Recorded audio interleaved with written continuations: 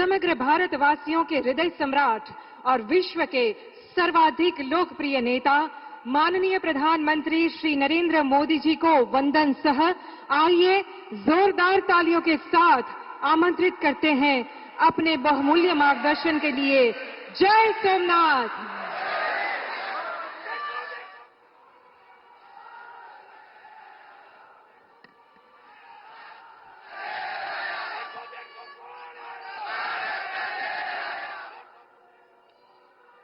जय सोमनाथ,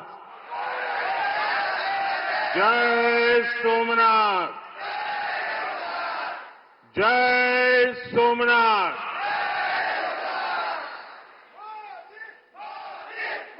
गुजरात के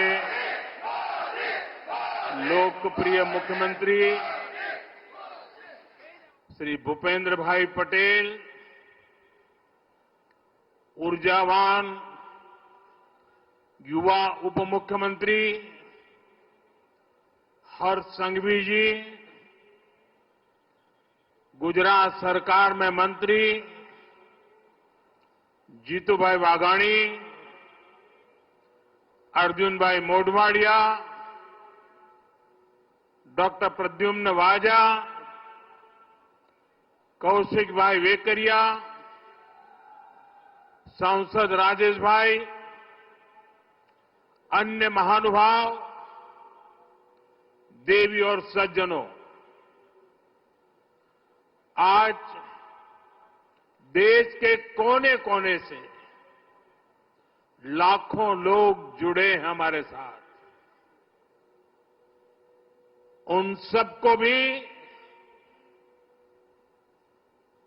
मेरी तरफ से जय सोमनाथ। साथियों, ये समय अद्भुत है, ये वातावरण अद्भुत है, ये उत्सव अद्भुत है। एक और स्वयं देवादिदेव महादेव, दूसरी ओर समुद्र की विशाल लहरें, सूर्य की किरणें, मंत्रों की ये गूंज, आस्था का ये उफान, और इस दिव्य वातावरण में भगवान सोमनाथ के आप सब भक्तों की उपस्थिति, ये इस अवसर को दिव्य बना रही है, भव्य बना रही है। और मैं इसे अपना बहुत बड़ा सौभाग्य मानता हूं कि सोमनाथ मंदिर ट्रस्ट के अध्यक्ष के रूप में मुझे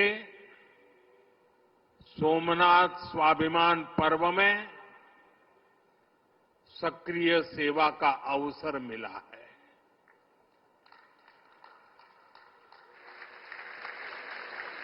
ये पीछे से कुछ और आवाज चल रही है भाई, इसे बंद किया जाए।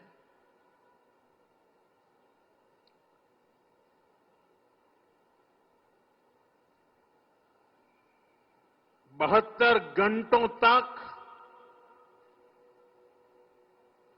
अनवरत ओमकार का नाद, 72 घंटों का अनवरत मंत्रोच्चार। और मैंने देखा कल शाम को 1000 ड्रोन्स द्वारा वैदिक गुरुकुलों के 1000 विद्यार्थियों की उपस्थिति, सोमनाथ के 1000 वर्षों की गाथा का प्रदर्शन, और आज 108 अश्वों के साथ मंदिर तक शौर्य यात्रा, मंत्रों और भजनों की अद्भुत प्रस्तुति, सब कुछ मंत्र मुग्ध कर देने वाला है। इस अनुभूति को शब्द अभिव्यक्त नहीं कर सकते। इसे केवल समय ही संकलित कर सकता है। इस आयोजन में गर्व है, गरिमा है, गौरव है और इसमें गरिमा का ज्ञान भी है। इसमें है वैभव की विरासत, इसमें है आध्यात्म की अनुभूति, अनुभव है, आनंद है, आत्मीयता है और सबसे बढ़कर देवाधिदेव महादेव का आशीर्वाद है।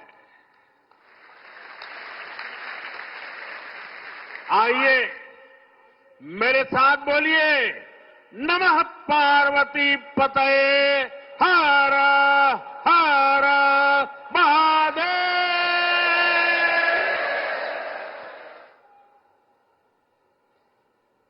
साथियों, आज जब मैं आपसे बात कर रहा हूं तो मन में बार बार ये प्रश्न आ रहा है कि ठीक 1000 साल पहले ठीक इसी जगह पर जहां आप बैठे हैं, क्या माहौल रहा होगा। आप जो यहां उपस्थित हैं, उनके पुरखों ने,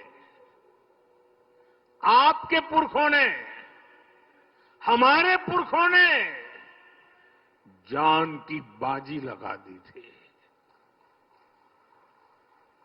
अपनी आस्था के लिए, अपने विश्वास के लिए, अपने महादेव के लिए उन्होंने अपना सब कुछ न्योछावर कर दिया। 1000 साल पहले तब वो आतताई सोच रहे थे कि हमें जीत लिया, लेकिन आज 1000 साल बाद भी सोमनाथ महादेव के मंदिर पर फहरा रही ध्वजा पूरी सृष्टि का आह्वान कर रही है कि हिंदुस्तान की शक्ति क्या है, उसका सामर्थ्य क्या है।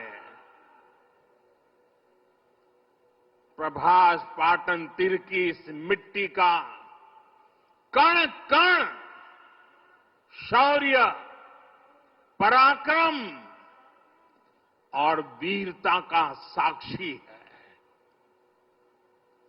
सोमनाथ के इस स्वरूप के लिए कितने ही शिव भक्तों ने, संस्कृति के उपासकों ने, संस्कृति के ध्वज धारकों ने अपने प्राणों की आहुति दी है। आज सोमनाथ स्वाभिमान पर्व पर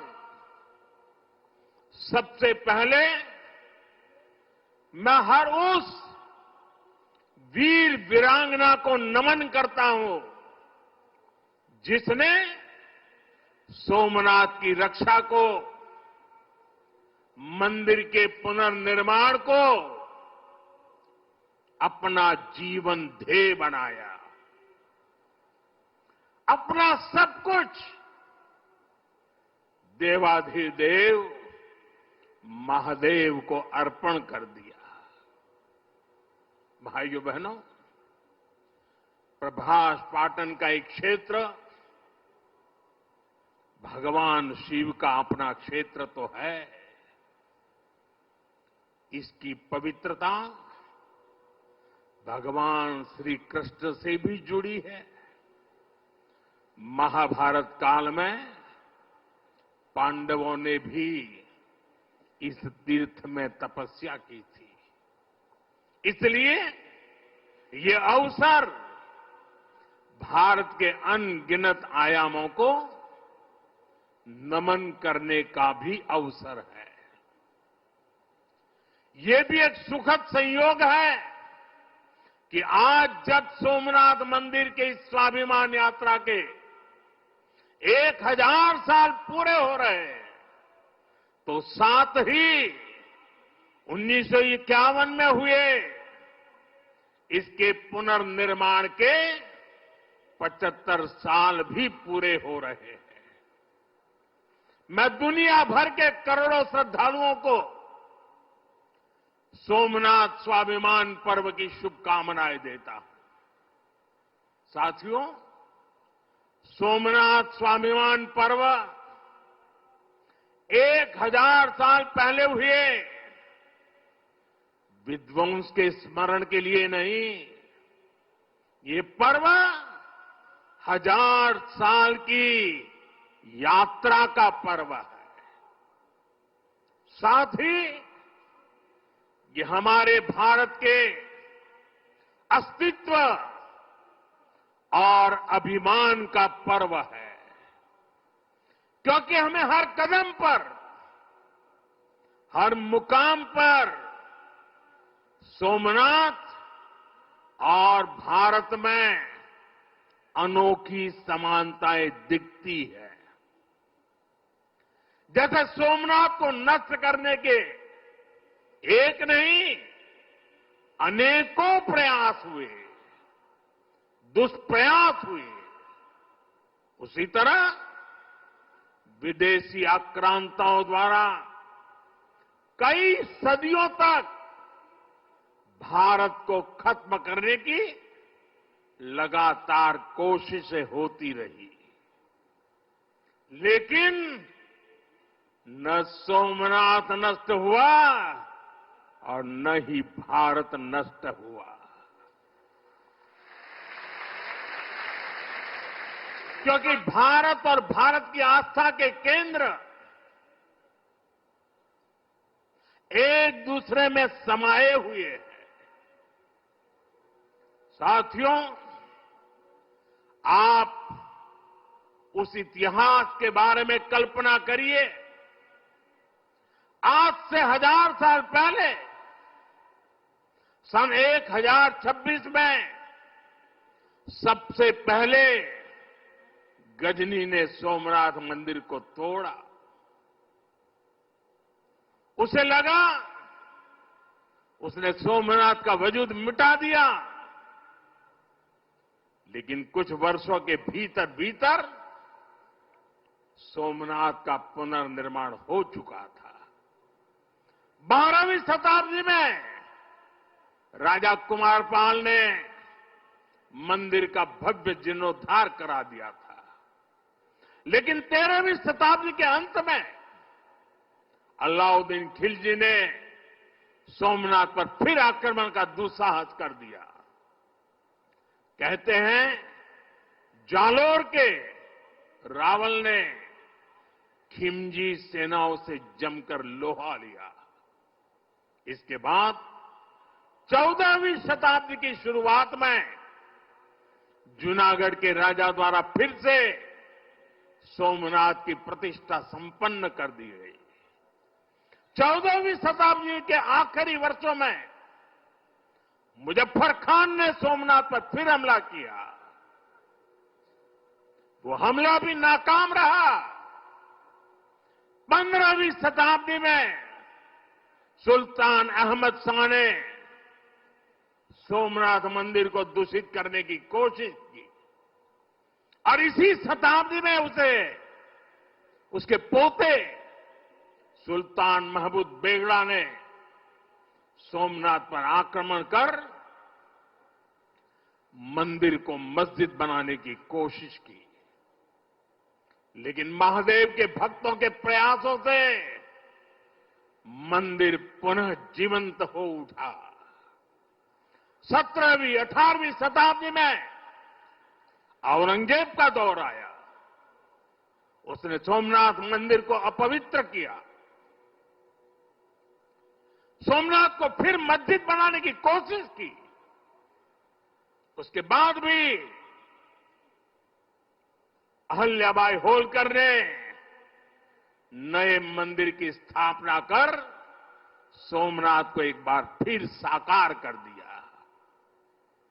यानी सोमनाथ का इतिहास विनाश और पराजय का इतिहास नहीं है, ये इतिहास विजय और पुनर्निर्माण का है, हमारे पूर्वजों के पराक्रम का है, हमारे पूर्वजों के त्याग और बलिदान का है।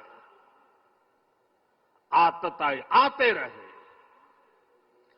मजहबी आतंक के नए नए आक्रमण होते रहे, लेकिन हर युग में सोमनाथ पुनः पुनः स्थापित होता रहा। इतनी सदियों तक का ये संघर्ष, इतना लंबा प्रतिकार, इतना महान धैर्य, सृजन और पुनर्निर्माण का ऐसा जीवन, ये सामर्थ्य अपनी संस्कृति में ऐसा विश्वास और ऐसी आस्था दुनिया के इतिहास में ऐसा उदाहरण मिलना मुश्किल है।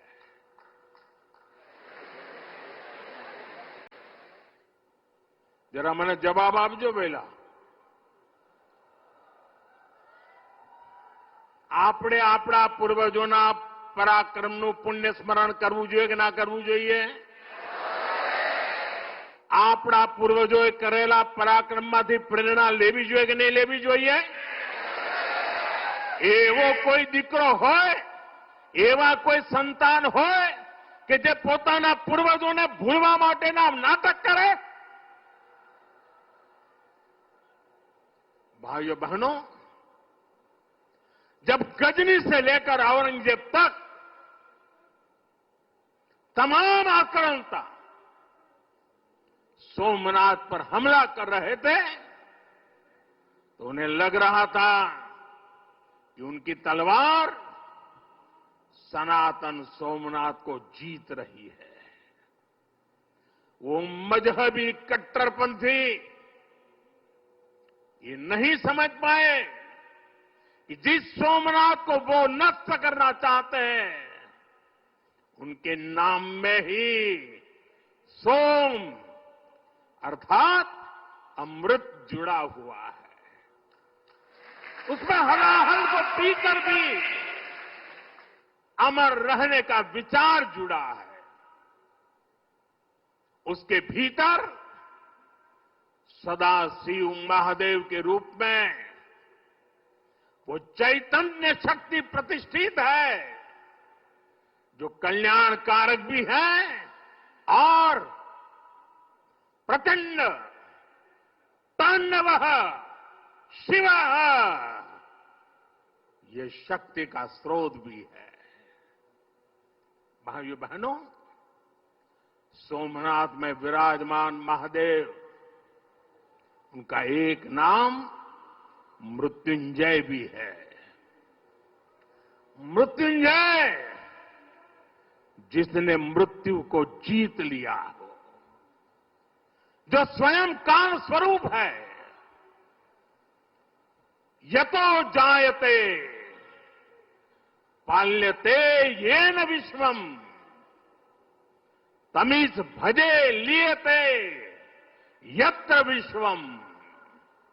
अर्थात ये सृष्टि उन्हीं से उत्पन्न होती है, उन्हीं में लय हो जाती है।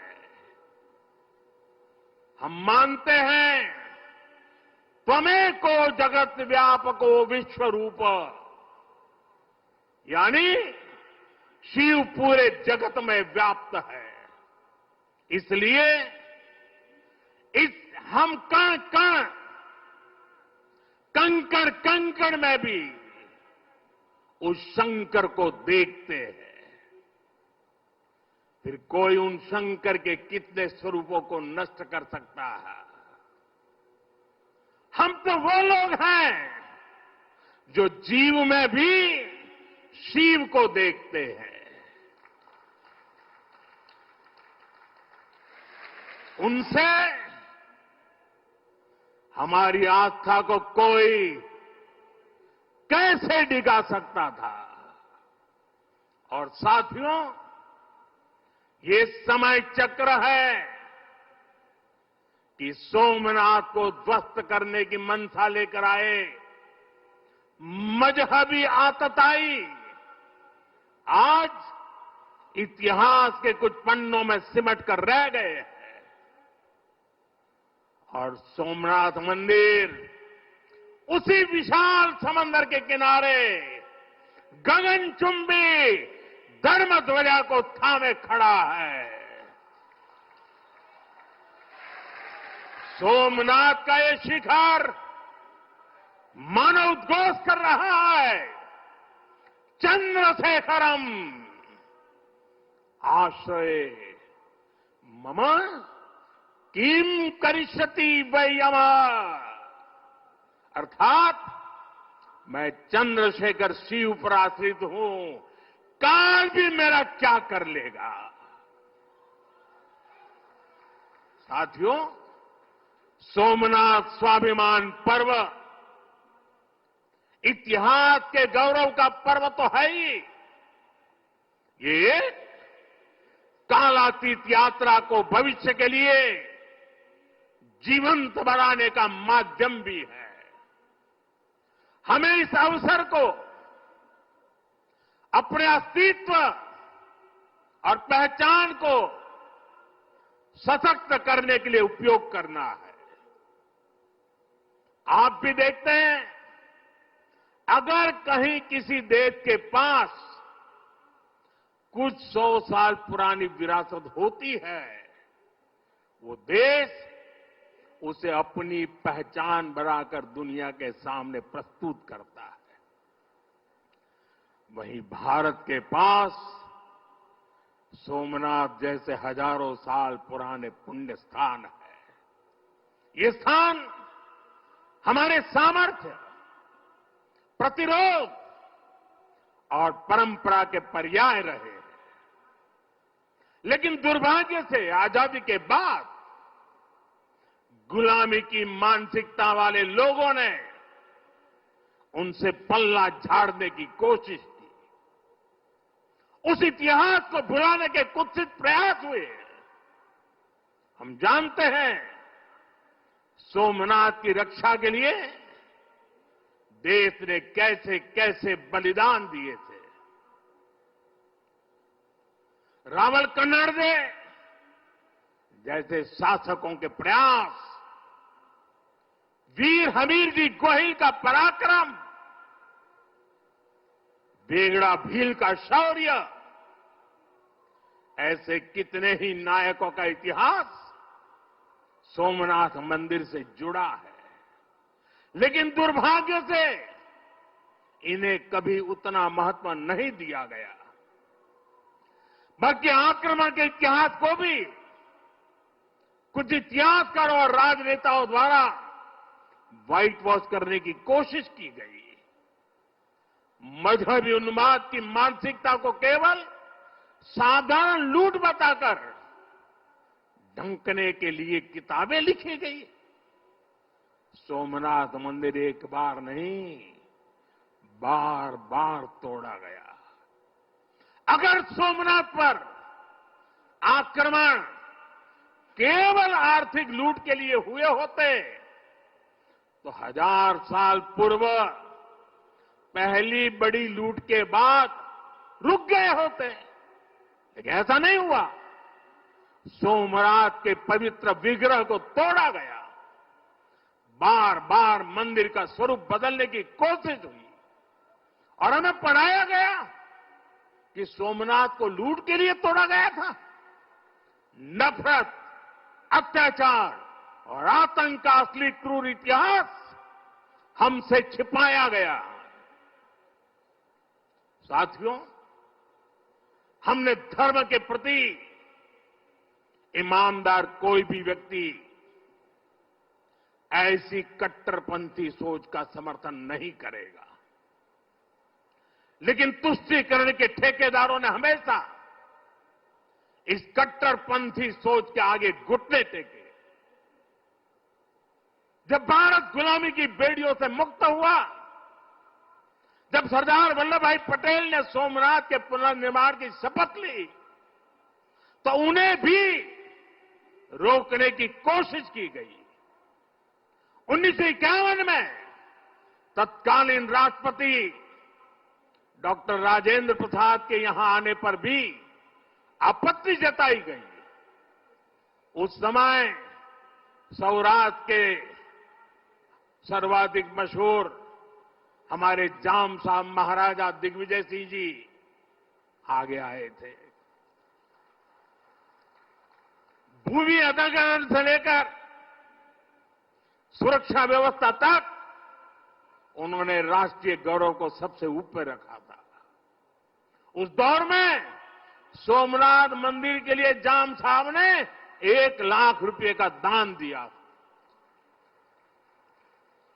और उन्होंने ट्रस्ट के प्रथम अध्यक्ष के रूप में बड़ी जिम्मेदारी निभाई। भाइयों बहनों, दुर्भाग्य से आज भी हमारे देश में वो ताकतें मौजूद है, पूरी तरह सक्रिय हैं, जिन्होंने सोमनाथ पुनर्निर्माण का विरोध किया। आज तलवारों की जगह दूसरे कुत्सित तरीकों से भारत के खिलाफ षड्यंत्र हो रहे हैं और इसलिए हमें ज्यादा सावधान रहना है।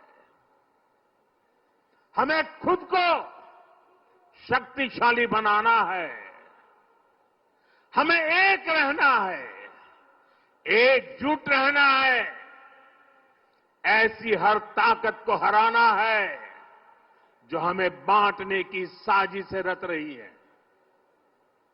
साथियों, जब हम अपनी आस्था से जुड़े रहते हैं, अपनी जड़ों से जुड़े रहते हैं, पूरे स्वाभिमान के साथ अपनी विरासत का संरक्षण करते हैं, अपनी विरासत के प्रति सजग रहते हैं, तो हमारी सभ्यता की जड़ें भी मजबूत होती हैं।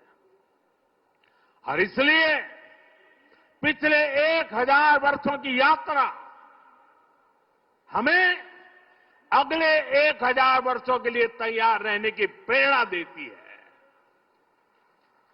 साथियों, राम मंदिर प्राण प्रतिष्ठा के ऐतिहासिक अवसर पर मैंने भारत के लिए 1000 साल का विराट स्वप्न सामने रखा था।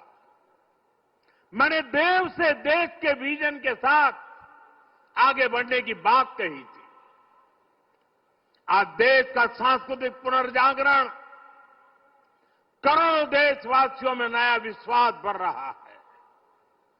आज हर देशवासी के मन में विकसित भारत को लेकर एक भरोसा है। आज 140 करोड़ भारतीय भविष्य के लक्ष्यों को लेकर संकल्पित है। भारत अपने गौरव को नई बुलंदी देगा। हम गरीबी के खिलाफ अपनी लड़ाई में जीतेंगे। हम विकास की नई ऊंचाइयों को छुएंगे। पहले दुनिया की तीसरी बड़ी अर्थव्यवस्था बनने का लक्ष्य, फिर उसके आगे का सफर, देश अब इसके लिए तैयार हो चुका है और सोमनाथ मंदिर की ऊर्जा हमारे इन संकल्पों को आशीर्वाद दे रही है। साथियों, आज का भारत विरासत से विकास की प्रेरणा लेकर आगे बढ़ रहा है। सोमनाथ में भी विकास भी, विरासत भी, ये भावना निरंतर साकार हो रही है। आज एक और सोमनाथ मंदिर का सांस्कृतिक विस्तार, सोमनाथ संस्कृत यूनिवर्सिटी की स्थापना, माधवपुर मेले की लोकप्रियता और उसके रंग, इनसे हमारी विरासत मजबूत हो रही है।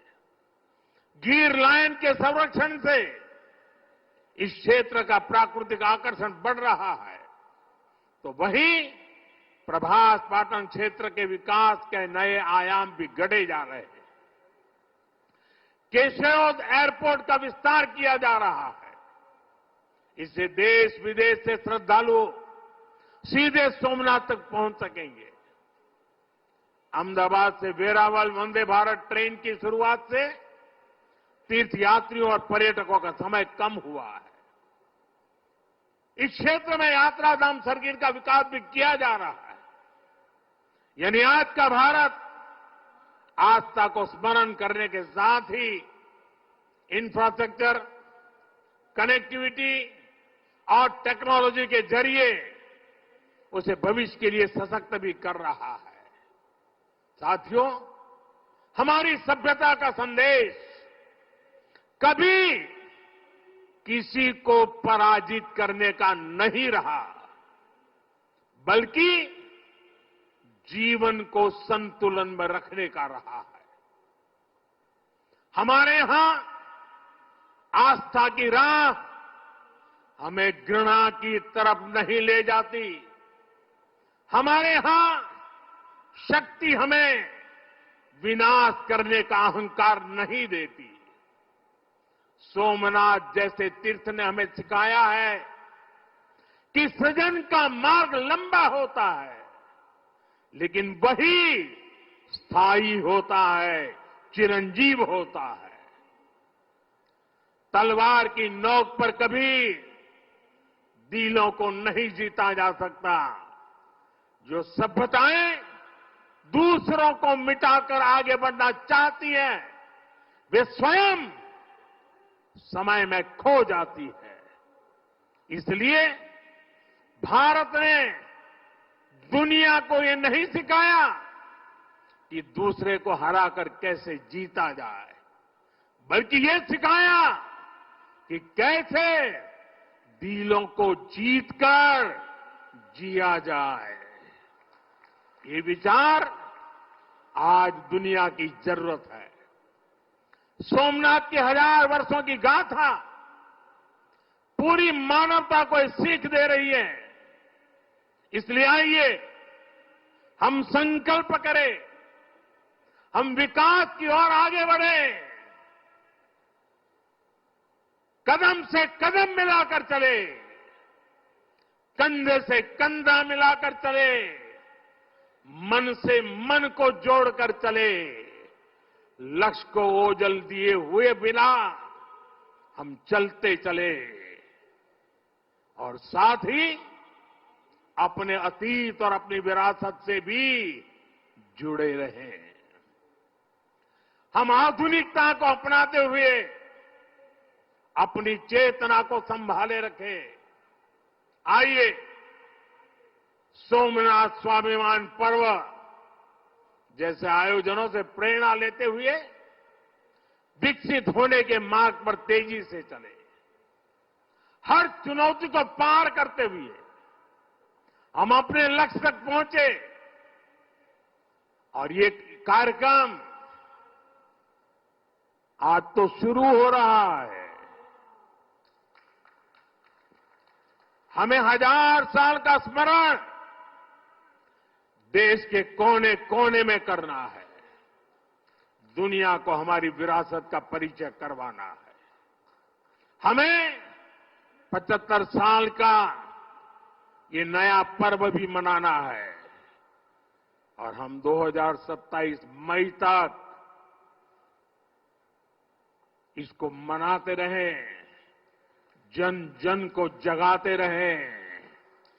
जगा हुआ देश सपनों को साकार करने के लिए चलता रहे।